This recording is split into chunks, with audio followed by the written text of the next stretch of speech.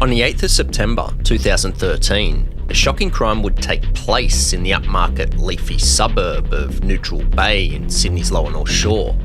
The brutality of it and randomness struck a chord with Australians as a whole.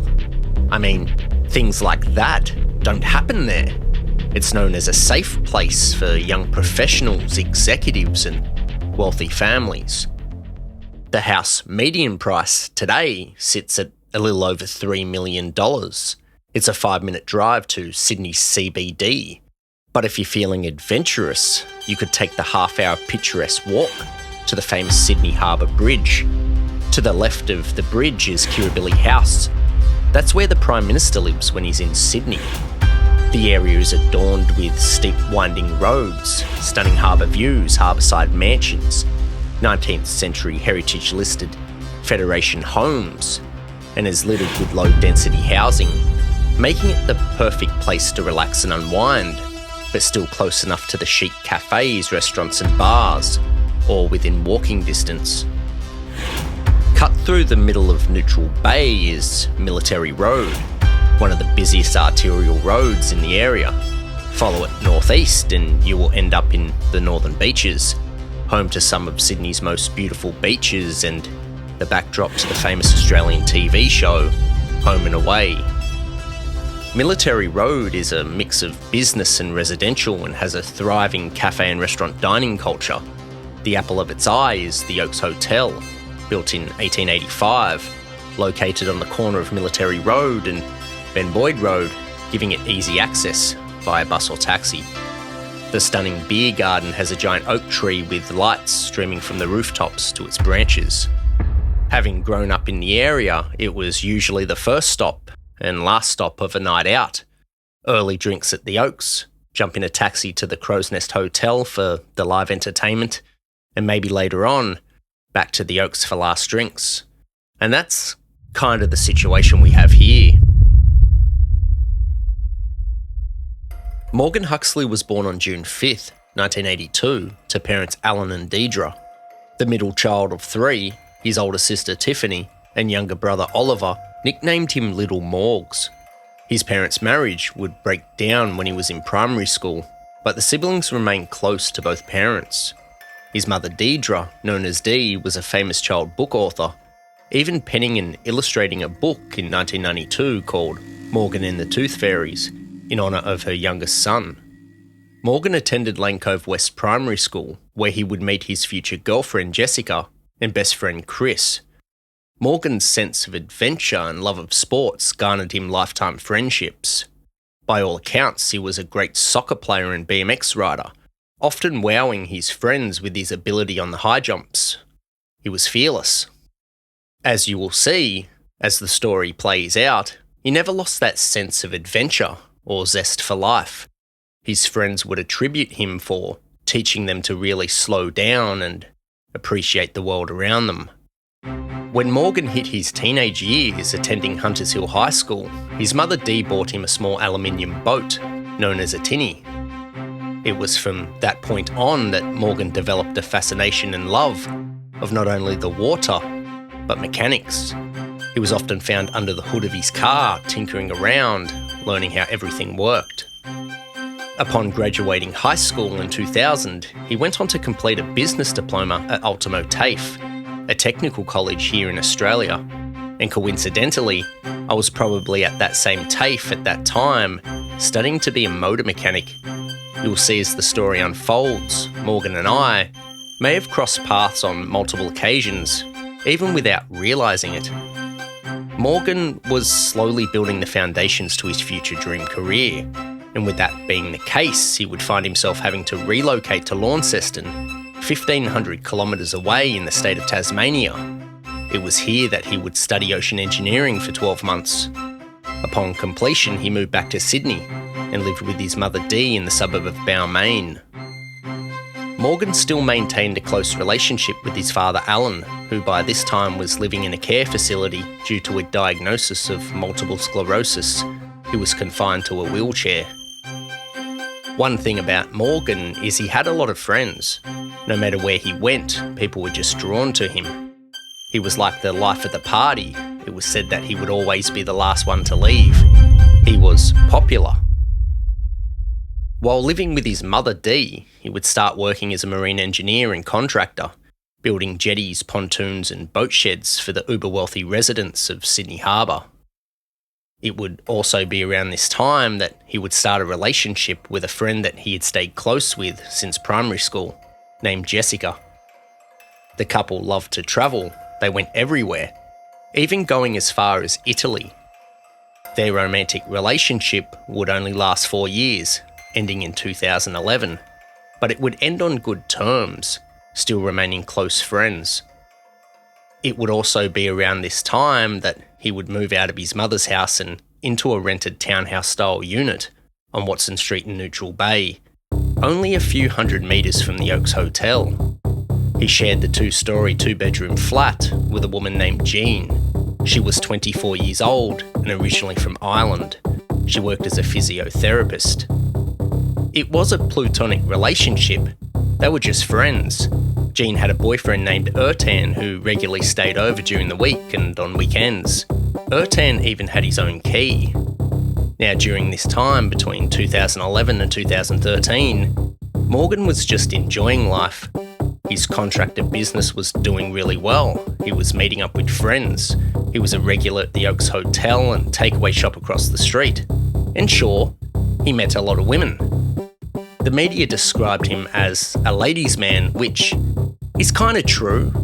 He was good looking, funny, successful. He loved nature and animals, even adopting a lion and an elephant in Africa. He was over 6 feet tall. Women, they loved this guy. So for his flatmate Jean, it wasn't unusual for Morgan to have female company over at all hours of the night. And Morgan, being Morgan, he frequently left the door unlocked. You got to remember, Neutral Bay is a safe area. I mean, even petty crime is low. And Morgan, he loves the world. And up until the early hours of September 8th, 2013, the world loved him. At the start of 2013, Morgan decided to start his own business, Huxley Marine. He specialised in pontoons.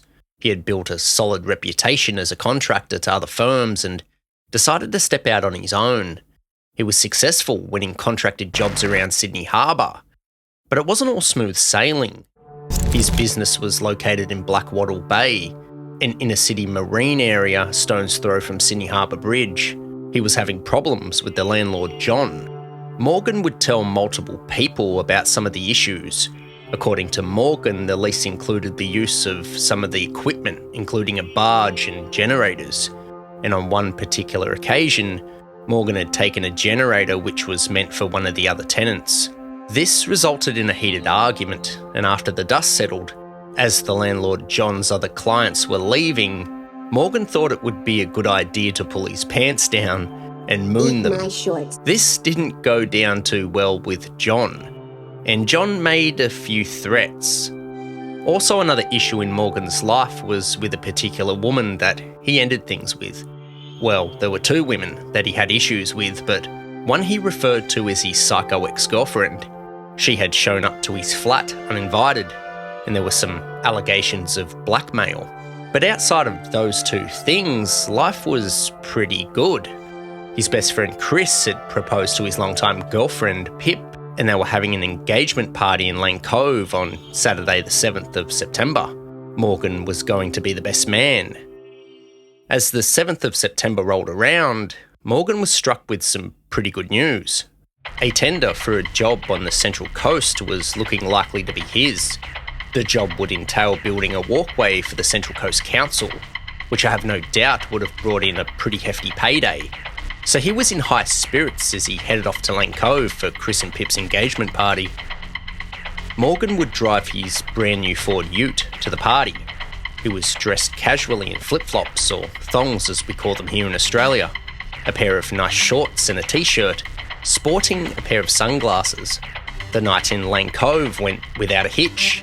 They laughed, they ate, they drank, maybe a little too much, but it is a celebration after all. During the night, Morgan was in text communication with a girl he was dating, named Rebecca. Now, she had been waiting for him at the Oaks Hotel, It seems he planned to leave the party a little bit earlier, but then didn't as he was having such a good time. As she's waiting there and texting him, his replies were coming in later and later. So Rebecca got fed up and left, and she sent him one last text message at 11:15 p.m. "I am done with you." During the night, he was also texting his ex-girlfriend Jessica, and at one point he had called her at 10:15 p.m. and asked if she would pick him up from the party in Lane Cove. She politely responded that she couldn't as she was getting an early night as she needed to study the next day. So sometime after midnight, the party starts to wrap up. Now Chris and Pip lived near Morgan in Neutral Bay. They had also driven to Lane Cove, but due to the fact that they had all been drinking, they decided to share a taxi to Neutral Bay. Now, Lane Cove to Neutral Bay really isn't that far. It's like 20 minutes, as the taxi pulled into Watson Street to drop Morgan off at his unit. It's just before 1 a.m. Morgan being Morgan, he wanted to have one last drink at the Oaks. Chris and Pip, who literally lived around the corner, they just want to go home. It's late. They've had enough. So they call it a night. Morgan, well, he's left his flip-flops, his thongs, back at the bar in Lane Cove, so he's shoeless at this point. But he's a trooper and he's going to soldier on. So he walks around to Military Road and enters the Easy Mart, a convenience store to get some cash out of the ATM. This convenience store is directly opposite the Oaks. After getting some money, he crossed over the road and tried to enter the Oaks through the side beer garden on Ben Boyd Road. But security was like, "Nah bruh, no shoes, no entry." This didn't deter him, not one bit. He walks back around to the front of the pub on Military Road and walks in the front door. CCTV footage shows him walking in at exactly 1:01 a.m. He goes to the front bar and orders a beer. He then proceeds to sit down at a table and watch some political stuff on the TV. The election results. Kevin Rudd had lost and Tony Abbott was Australia's new Prime Minister. While he's there, he texts Rebecca back. It's 1:04 a.m. He says, "I'm sorry, Rebecca. I fell asleep. What you doing?" Clearly he's intoxicated because she knows he was at that party. Can't blame a guy for trying, I guess. Now, at 1:06 a.m, he texts his ex Jessica and says, "Come over." It does wake her up, but she doesn't. Again, she needs to study the next day. Roughly around this time, his flatmate Jean arrives back to the unit after having a girls' night out. She's expecting her boyfriend Ertan to arrive in a few hours after he finishes work in Auburn. Now, the Oaks is closing at 1:30 a.m. Morgan is seen leaving at 1:28 a.m. by the pub's CCTV. Morgan has achieved his objective. He got into the pub with no shoes on and had one final beer for the night. It's going to be a good story for the boys because that never happens. So he leaves the Oaks Hotel and walks to the set of lights on Military Road. He crosses the lights and walks down Watson Street to where he lives. It's literally 2 minutes. He enters his flat, walks upstairs to his room, and he lays down on his bed. At this very time, Jean hears him come in. She's in her room, she's tired, she's falling in and out of sleep. As she's laying there, she hears Morgan open his bedroom window, and a draft from his open door blows into her room, so she gets up and shuts her bedroom door. After some time has passed, she hears light knocking on the front door downstairs. She's wondering whether or not Morgan is going to get up and answer it, as it's probably for him. As she's laying there, she doesn't hear him leave his room, and again she hears knocking on the front door, only this time it's a little louder. It's not her boyfriend Ertan, as he has a key, and she knows he hasn't finished work yet anyway. It's not Morgan, she heard him come in only a few minutes ago, and she knows he's in his room. So she decides she's just going to put her headphones in and listen to some music and try and go to sleep. By this stage, Morgan is sound asleep. He's pretty drunk. His blood alcohol level would be revealed to be 0.220, so he's pretty wasted. And unfortunately, the next chain of events that are going to take place, he wouldn't live to see the next day. Hi friends, are you enjoying this story? I'd like it if you subscribe to my channel. I'll be dropping a new video hopefully every 2 weeks. I know your time is valuable and I love having you here. I want to keep you around forever. Not in a Dharma-like way though, I just want to make that clear. But leaving a comment and liking the video and subscribing to my channel really does help boost it in YouTube's mysterious algorithm. Now, let's get back to the story. At approximately 2:30 a.m, Jean, having already removed her headphones, hears shuffling noises coming from Morgan's room. She then hears what sounds like scratching of chalk on a blackboard. She then hears a fall, and a thump, and some mumbling noises followed by abnormally loud snoring.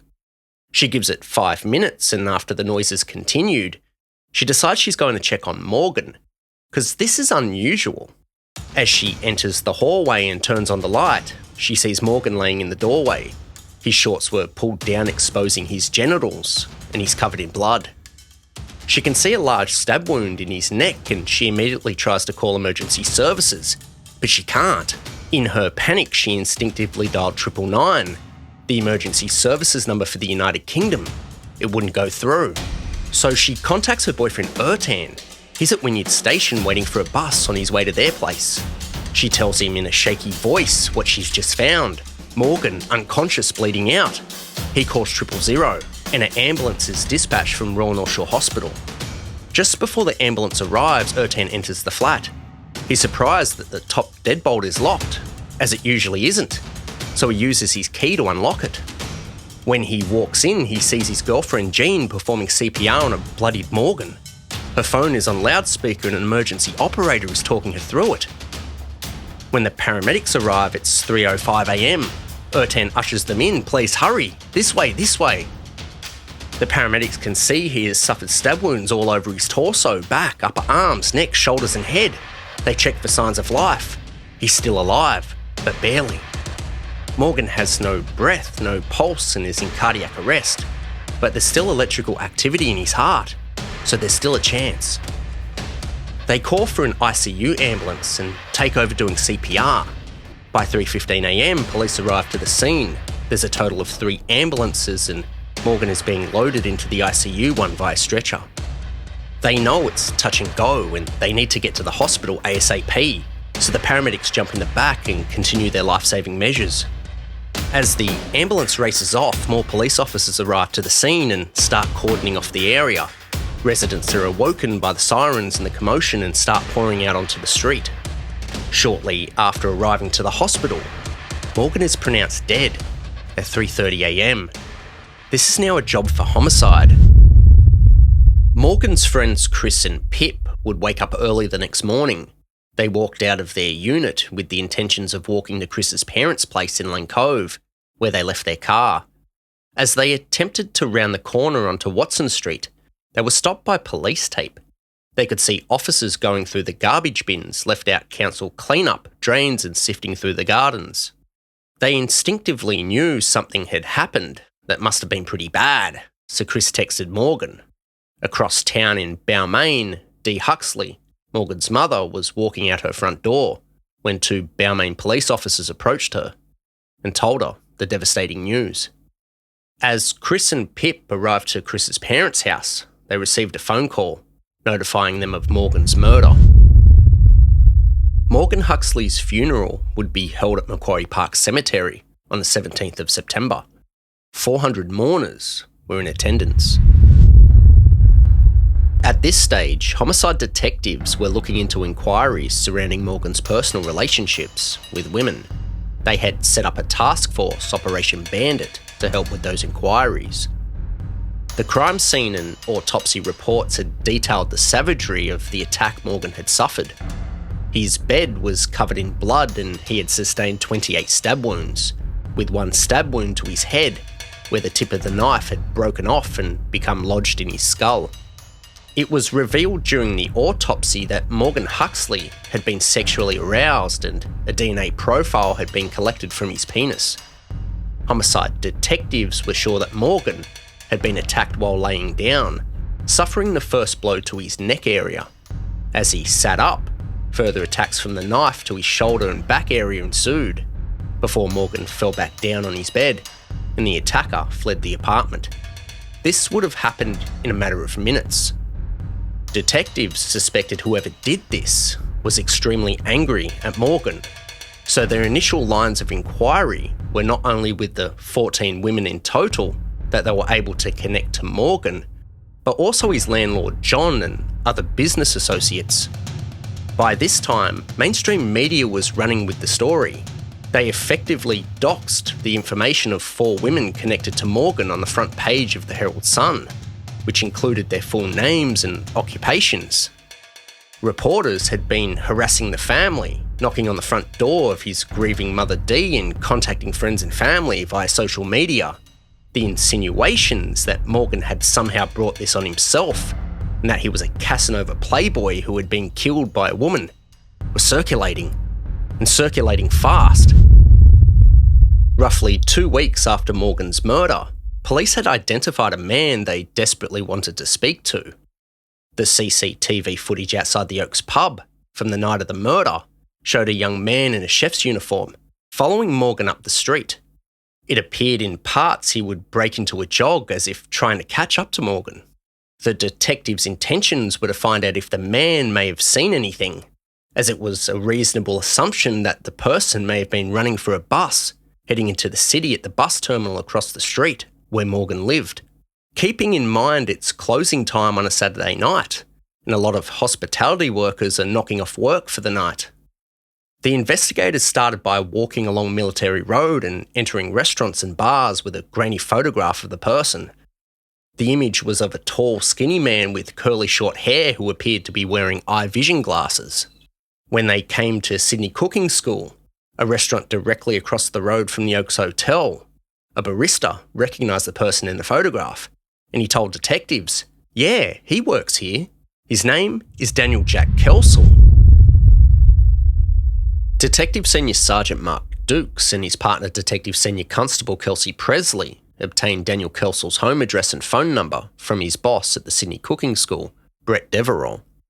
Brett was surprised they were looking into Daniel because, as he put it, he's a quiet, shy, timid, nerdy type character. He plays video games and likes fantasy novels. There's no way he had anything to do with it. So on the 24th of September at 5:30 p.m, the 2 detectives paid Daniel a visit. He lives on Sprucen Street in Neutral Bay with his parents, a 15-minute walk from Morgan's apartment. Daniel's room is small, has a single bed and a large bookcase filled with science fiction paperback novels. He has a laptop on a small desk. Detective Dukes asks him if he has any knives, and he says sure, and pulls out 2 ornamental samurai swords housed in black sheaths stored behind his bedside table. He then helpfully escorts the detectives into the kitchen where the kitchen knives were stored, but nothing seemed out of the ordinary. They ask him if he would accompany them to North Sydney Police Station for a standard interview. He was like, yeah, anything to help. And he then sticks his head into the lounge room and tells his dad, "I'm just popping down to the police station. Be back in a few."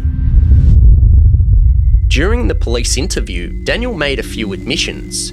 They had noticed his somewhat odd behaviour, so he did tell them he was on the spectrum. He was autistic, and that it might make it difficult for him to answer some questions. He had problems with judging measurements of things such as time and the size of objects, and detailed related things are hard for him to recall. He's got a bad memory. He would tell the detectives that he learned of Morgan's murder on the 8th due to the barista at his work telling him about it. He was horrified. He had no idea who had been murdered or what had actually happened, but the thought of walking home to work the next day made him feel unsafe, so his father would have to drive him in the days afterwards. The detectives would ask him his whereabouts on the night in question and if he'd ever seen Morgan. He calmly would tell them that on the 7th, his work hosted a 21st birthday party for a group of girls. And after the party, he and his boss Brett stayed back to clean up and lock up. Afterwards, he went to the Easy Mart to buy a drink of Powerade and raspberry licorice for his mother. And that's where he encountered Morgan Huxley at the ATM, withdrawing some money. They had a brief conversation whereby Morgan asked him if he wanted to use the ATM, to which he responded, no.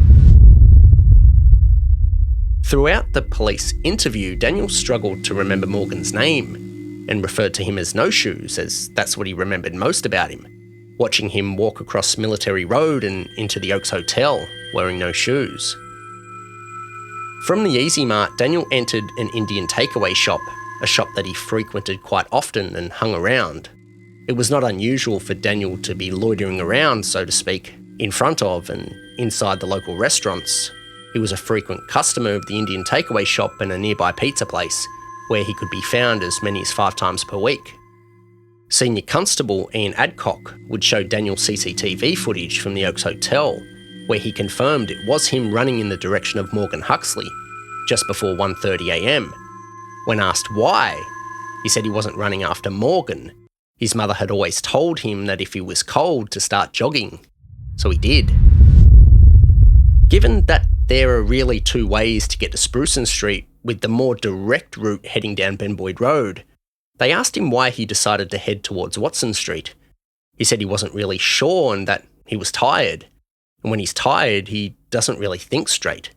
But he did want to make sure the lights to the Sydney Cooking School were turned off, which would have been visible from Military Road.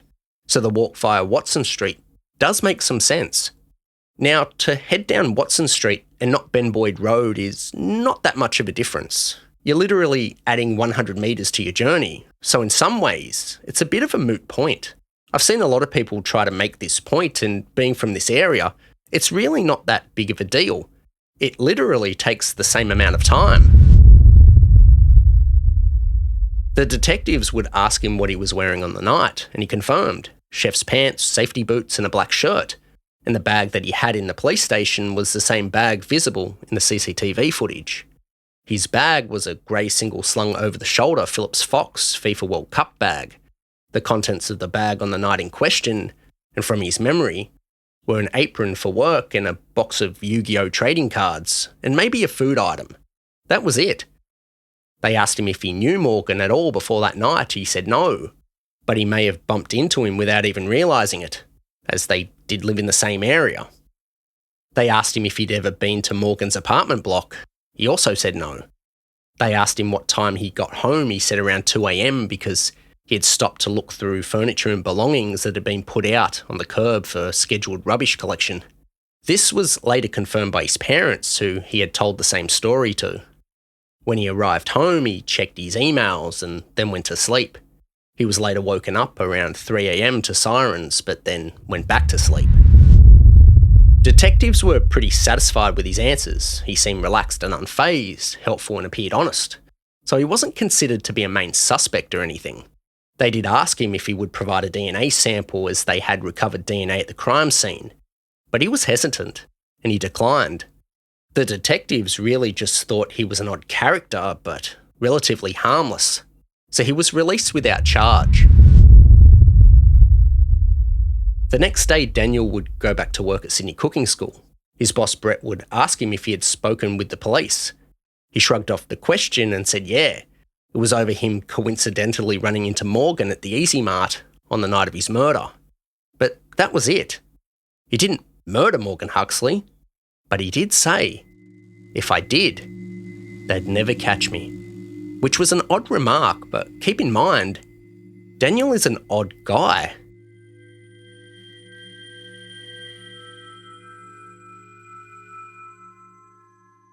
Daniel Kelsall moved to Australia in 2010. Born in Wellington, New Zealand on February 5th, 1993, he was adopted by his parents Mark and Lynn as a baby. The couple had a successful real estate business. He had 2 siblings, a sister and a brother, who were also adopted by the Kelsalls. Daniel attended a Montessori school in Wellington, a school designed to focus on self-directed learning, and Daniel was highly intelligent and excelled.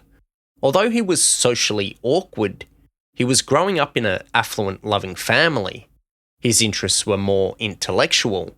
He loved to read, play competitive card games, video games, watch Pokemon and anime, and had an interest in true crime, leaning more to forensic investigation shows like CSI.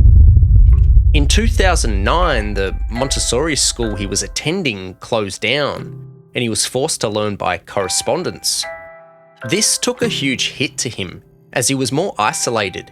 He didn't have the classroom experience and dynamics with other peers, and he struggled to stay on task. And due to this, he never finished high school. Instead, he enrolled into a hospitality course at the Wellington Institute of Technology as a prerequisite to a chef's apprenticeship. But halfway through his studies, his parents and sister relocated to Sydney, Australia. His father, Mark, was expanding their real estate business, and Daniel was forced to move in with other family members back in New Zealand. By late 2010, Daniel, 17 years old, was openly gay. His family accepted him the way that he was. They loved him no less. But he started seeing a psychiatrist as he was having trouble sleeping, and he was having intrusive thoughts like deleting himself. So the medical team prescribed him antidepressants and referred him to a medical crisis unit for further treatment. He would be further prescribed low doses of an antipsychotic medication to manage what was thought to be bipolar disorder. By December 2010, Daniel was released from the crisis care unit with a 3-month supply of medications, and from here he relocated to Australia to be with his family. Upon arriving, the family were living in Neutral Bay, and this would be the suburb that Daniel would settle into. His parents increasingly had concerns with the amount of medication he was on, so they insisted he see other doctors.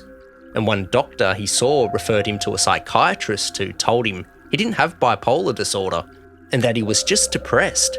But if the antipsychotic medication was working, to keep using it. The reason they thought he might be bipolar was due to his elevated mood whilst on the antidepressants. It was around this time that he walked into Sydney cooking school looking for work. His future boss, Brett Deverell, didn't have any cooking jobs for him, as his qualifications did not meet the standards here in Australia. But there was a cleaning position and opportunities to work as a kitchen hand. Brett found Daniel to be a quiet character. He kept to himself. His thick glasses, nerdy appearance and socially awkward behaviour made him an odd character, but again, harmless. Although Daniel didn't need to dress in a chef's uniform for his position, he still chose to. He turned up every day in his chef's pants and shirt and did the job that was expected of him, with no arguments. He never once raised his voice or ever appeared to be angry. So 3 days after Daniel Jack Kelsall's police interview, Detective Mark Dukes gets a phone call from him. He tells them that he hasn't been completely honest and needs to come clean. Detective Dukes asks him if he wanted to come to the police station, or they could meet him somewhere. Daniel said if it was inconvenient, they could do it another time, but Detective Dukes wanted to hear what he had to say, while he was still willing to talk. Keeping in mind, Daniel wasn't considered a prime suspect at this point. The savagery of the murder pointed more to an interpersonal killing by someone Morgan knew, not a complete stranger off the street.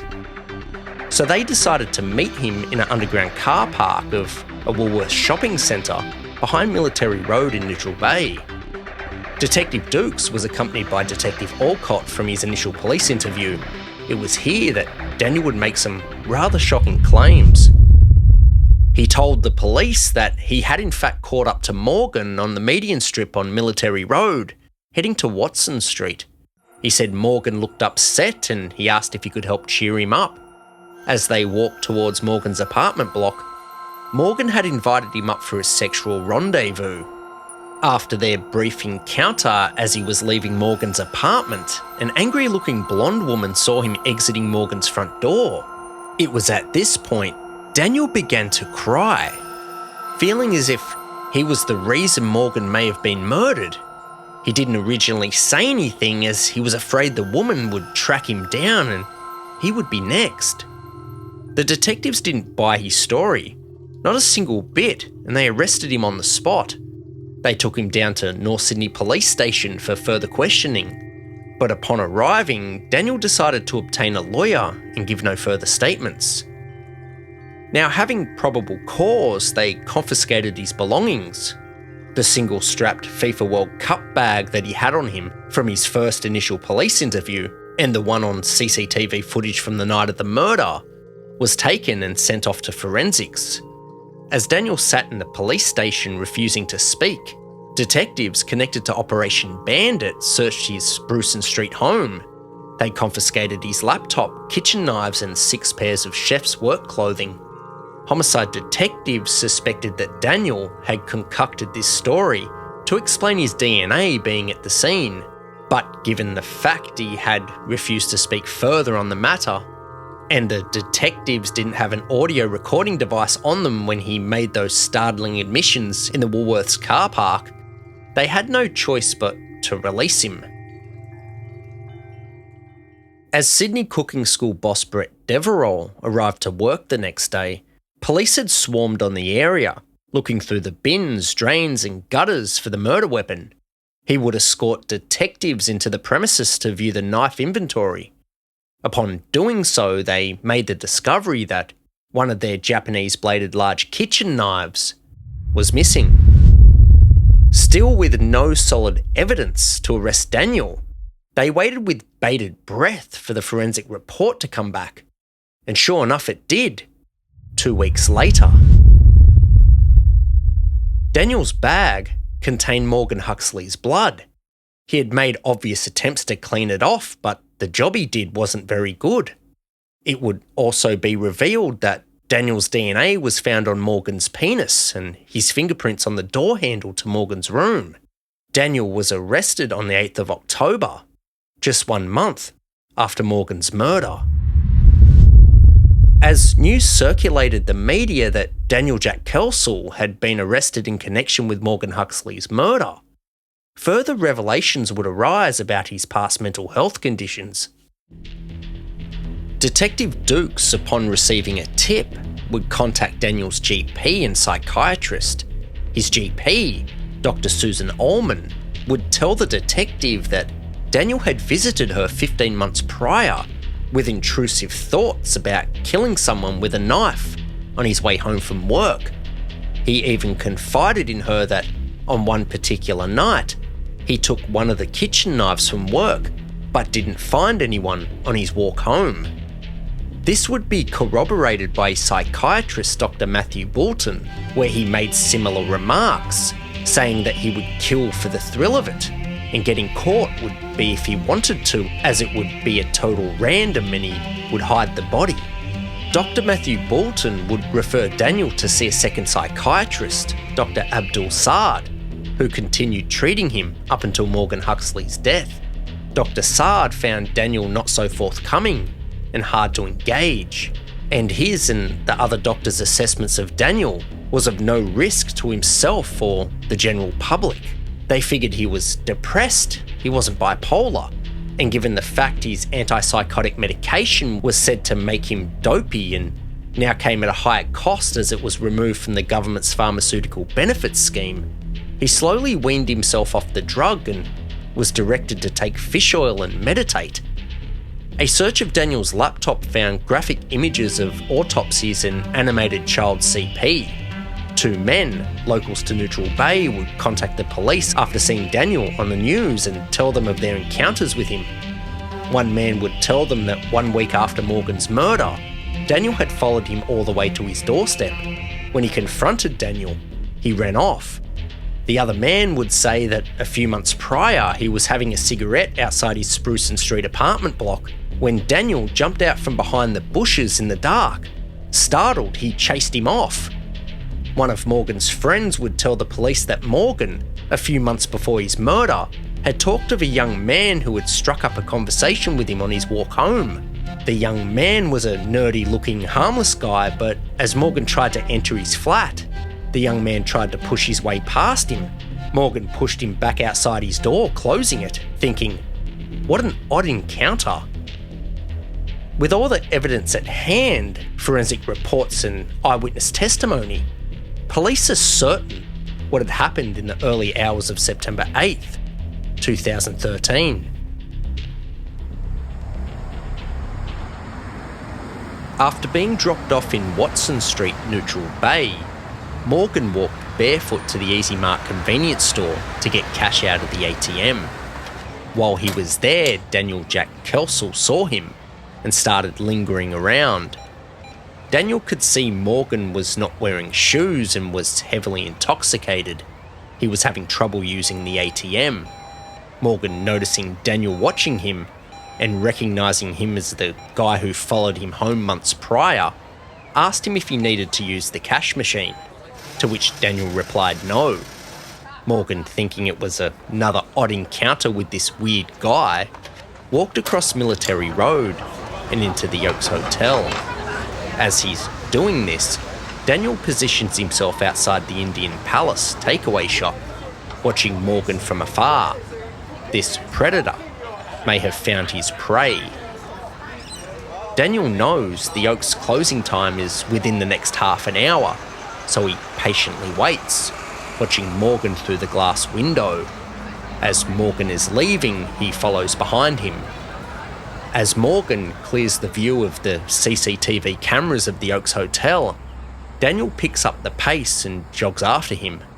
He catches him on the median strip and tries to spark up a conversation with the intoxicated Morgan. But Morgan is having none of it. Morgan walks to his apartment, leaving Daniel standing on the street. He opens the front door, forgetting to lock it, and heads upstairs to his bedroom. Leaving his bedroom door ajar, he opens his window and passes out on the bed. Daniel, standing outside on Watson Street, is contemplating his next moves. He knows where Morgan lives. He can't get the thoughts out of his head. He has a large kitchen knife that he stole from work in his bag. He sees this as the perfect opportunity to fulfill his sick fantasy. He musters the courage and walks up to Morgan's front door. He quietly knocks on it. He's clutching the knife. If he answers, he's going to lunge at him.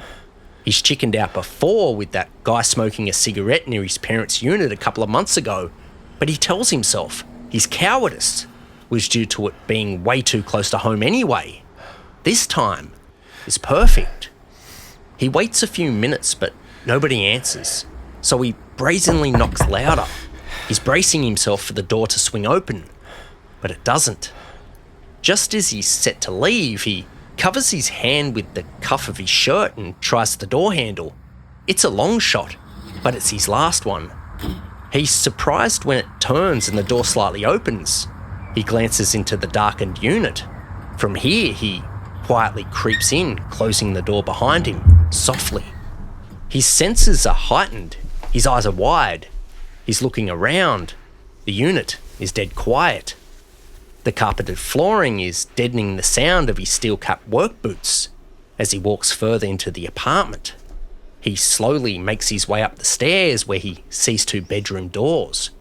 One is closed and the other is slightly opened. He can hear the person snoring through the open door from the hallway. He gingerly makes his way over and peeks in. He sees Morgan flat on his back, fast asleep. With the knife in one hand and his bag slung over his shoulder and across his back, he enters Morgan's room. His eyes have adjusted to the darkness and he can see that Morgan is passed out cold. The intermittent noise of a lone car travelling on Military Road permeates the room through the open window. He can hear the odd muffled laughter from revellers returning from a night out with friends, making their way home, bringing an end to their night. He's standing over Morgan for what feels like an eternity. He realises he's completely incapacitated. He's in total control. He can see Morgan's phone and some change laying next to the bed. He slowly bends down, picking up the phone and some loose change, putting it in his pocket. But he didn't come all this way for a mere robbery. The excitement he feels is arousing. For the first time in his life, he feels completely in control. He tucks the knife back towards his forearm and he starts removing Morgan's shorts. He can't believe he hasn't awakened yet. He starts fondling Morgan and Morgan instinctively becomes aroused, an involuntary response to being touched. After a minute or so, Morgan is stirred from his sleep. In a daze, he attempts to sit up. He doesn't know what's happening. Daniel quickly pulls back and lunges forward, plunging the blade deep into Morgan's neck. Daniel ferociously starts stabbing him. As Morgan is moving around, fighting for his life, semi-aware of what is happening, The knife wounds become shallow as they miss their intended target. All of Daniel's pent-up anger and aggression is boiling over as he drives the blade as deep as he can into Morgan. The initial blow to Morgan's neck punctured his lung and it immediately started filling with blood. Morgan attempts to scream, but it falls silent.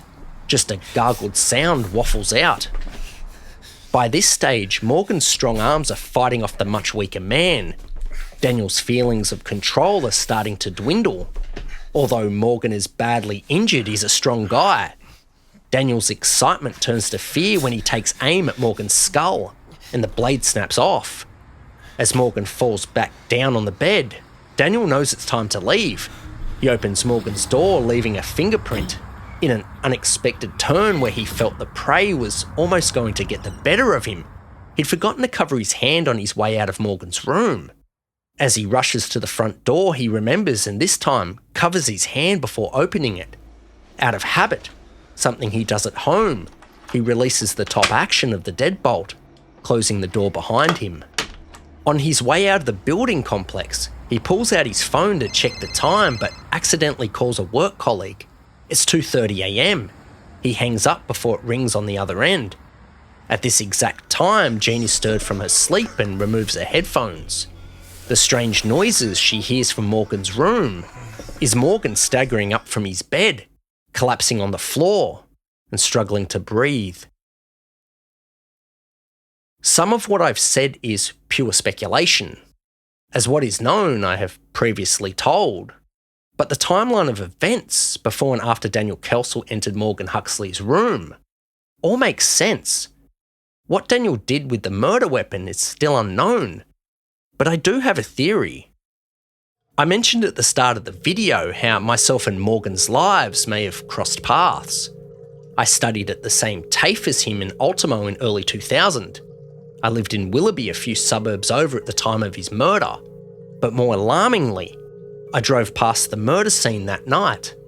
I was working as a garbage truck driver, had just finished tipping commercial bins in the city when I was making my way over to the northern beaches via Military Road. I saw the police had cordoned off Watson Street. It was very early on, roughly 3 a.m. The council cleanup in the Neutral Bay area that Daniel Jack Kelsall claimed to be looking through is done by a friend of mine. He tips the rubbish bins on Watson Street and Sprucen Street where Daniel lived. Those bins are collected on Tuesdays. It has always been our speculation that Daniel disposed of the murder weapon and Morgan's phone in the bins outside his Sprucen Street apartment, and that my friend inadvertently disposed of it. If this was the case, by the time detectives had identified Daniel as a suspect, the murder weapon would have been long gone, as garbage is tipped at the waste management facility in Artarmon, compacted, and then loaded into semi-trailers and shipped out to different landfills around the country. You see, Morgan's death affected all of us, as it could have been any one of us. Daniel Jack Kelsall didn't care who he killed, just as long as he killed. On March 4th, 2015, nearly a year and a half since Daniel's arrest, his murder trial would take place. He would plead not guilty and manufacture a third alibi for the jury. The unrecorded statement he gave to the police in the Woolworths car park was deemed inadmissible, so the jury never heard about the angry blonde woman he said he saw as he was leaving the flat. This time, he claimed he was performing fellatio on Morgan when he was attacked from behind by an angry man. It was clear he was trying to insinuate that Morgan may have been murdered over something business-related. It was obvious Daniel had been following the shoddy media coverage of Morgan's murder. The angry blonde woman he initially told detectives of was taken from the Sun Herald in the days prior, whereby one of Morgan's friends said they believed he was killed by a woman. The woman who said it had blonde hair. This new alibi was taken from the media coverage of Morgan's run-ins with his landlord John, where John allegedly told people that he would square up to Morgan if it was the last thing he'd do. He denied ever saying that. After a 2-week trial, the jury would deliberate for just 2 hours. They found Daniel Jack Kelsall guilty of murder and guilty of 1 count of SA. The judge would sentence Daniel Jack Kelsall to 40 years in prison, with a non-parole period of 30, backdated to when he was remanded into custody. He would appear in court just 6 months later over the animated child CP charges. He was handed another 6-month sentence, meaning he won't be eligible for parole until the 7th of January, 2044. He will be 51 years old. In the wake of Daniel's sentencing, his parents have made several media appearances. They profusely apologised to the Huxley family for what their son did, but they have brought more awareness to what some would view as a failure by mental health professionals. Daniel Kelsall for years was trying to work out why he was the way he was, why he had these feelings of pent-up rage and homicide. The diagnosis of bipolar, depression and autism just didn't cut the mustard. Psychologist Dr. Susan Pullman was tended to assess Daniel's mental health pre-trial. She had some alarming things to say about him. When his intelligence was tested, he fell within the top 95 percentile, placing him in the gifted category. His claims of autism didn't align as his eye contact unnervingly never wavered. His piercing gaze was unsettling. She would describe him as articulate and cold in his demeanour. He would use words related to emotions, but his face would remain blank. During the interview, Daniel verbally talked about his symptoms, but not once showed them, leading Dr. Pullman to believe that he had read the DSM-5 manual, the authoritative handbook mental health professionals use to diagnose mental health disorders. The handbook outlines descriptions, symptoms, and other criteria related to diagnosing mental health issues. It was in her opinion that Daniel was not suffering from a psychotic episode during Morgan's murder. He simply did it because he wanted to. Throughout the entire trial, Daniel seemed to relish in the attention, and post-conviction, he's remained steadfast in his innocence. So lacking remorse and accountability, this has given rise to the theory that Daniel Jack Kelsall is a narcissistic psychopath.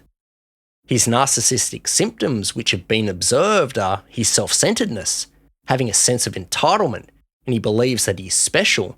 He repeatedly represented himself as being intellectually superior throughout his murder trial. As for his psychopathy, it has been observed that he has several traits from Factor 1 psychopathy: disruptive behaviour, superficial charm, lack of remorse, shallow affect, being manipulative, failing to accept responsibility, and lacking empathy. In simple terms, Daniel Kelsall cannot feel what other people are feeling, but understands that emotions are important to people. He knows that emotions exist and they influence how people behave and respond to him. This is why he uses emotive words when speaking, but remains emotionless while doing so. Dr. Susan Pullman would later say that Daniel Jack Kelsall was the most frightening individual she had ever interviewed, and said that if he is ever released from prison, he would kill again.